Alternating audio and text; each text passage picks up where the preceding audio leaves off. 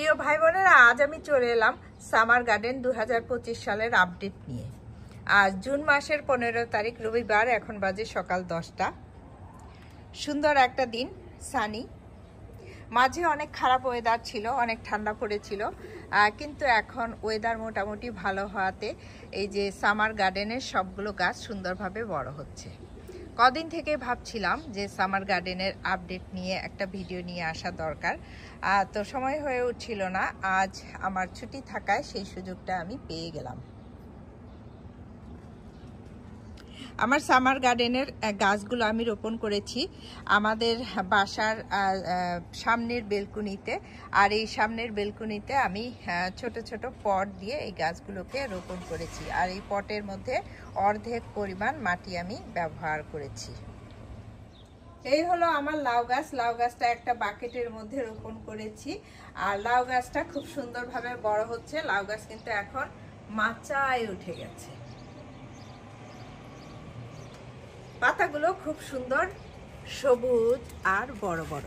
এই যে দেখেন, অনেক বড় বড়। কিছুদিন পরেই আমরা এই যে মেল ফুলগুলো দেখতে পাবো, তারপরে হয়তো আমরা পর্যায়ক্রমে ফিমেল ফুল দেখতে পাবো বলে আশা করা যাচ্ছে।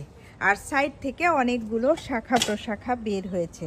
সবগুলো শাখা প্রশাখা পাতা খুব সুন্দর সবুজ আর বড় বড়।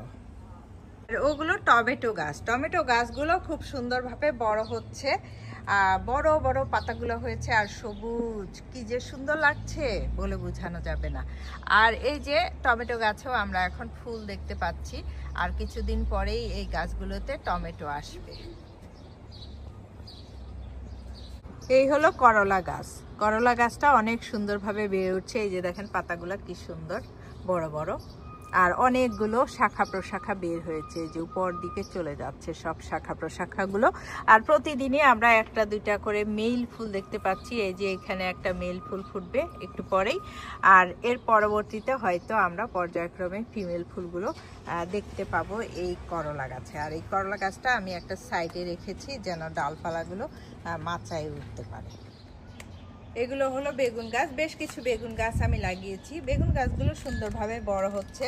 এই যে ফুল আসা শুরু করেছে, এই যে ছোট ছোট ফুল আসা শুরু করেছে, আমরা ফুল দেখতে পাচ্ছি। আর কিছুদিন পরেই আমরা এ থেকে আর কি বেগুন পেতে পারি।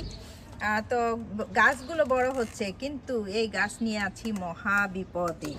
এই কবুতর হচ্ছে এই গাছের নিচে প্রতিদিন এসে ঢোকার চেষ্টা করে, গাছগুলো ভেঙে আর কি বাসা বানানোর চেষ্টা করে। আর তার থেকে রক্ষা করার জন্য আমি নিয়েছি নানা রকম ব্যবস্থা। এই যে দেখেন, এখানে চামচ দিয়েছি, অনেকগুলো করে কাঠি দিয়েছি, বেশ কয়েকটা করে কাঠি দিয়েছি। তারপরও আমি এই বেগুন গাছগুলোকে কবুতরের হাত থেকে রক্ষা করতে পারছি না। এই যে দেখেন, এখানে একটা গাছ ভেঙে দিয়েছে, আর এই গাছটা তো একেবারে 12টা বাজিয়ে দিয়েছে।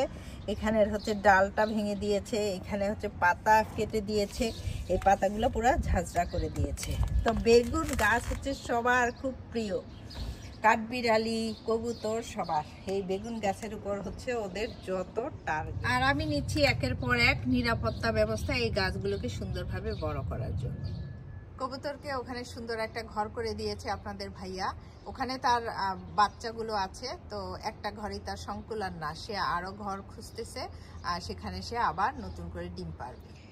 এগুলো হচ্ছে মরিচ গাছ। মরিচ গাছগুলো খুব সুন্দরভাবে বড় হচ্ছে, ফুলও এসেছে, আর কিছুদিনের মধ্যে হচ্ছে এগুলোর মধ্যে মরিচ দেখতে পাবো।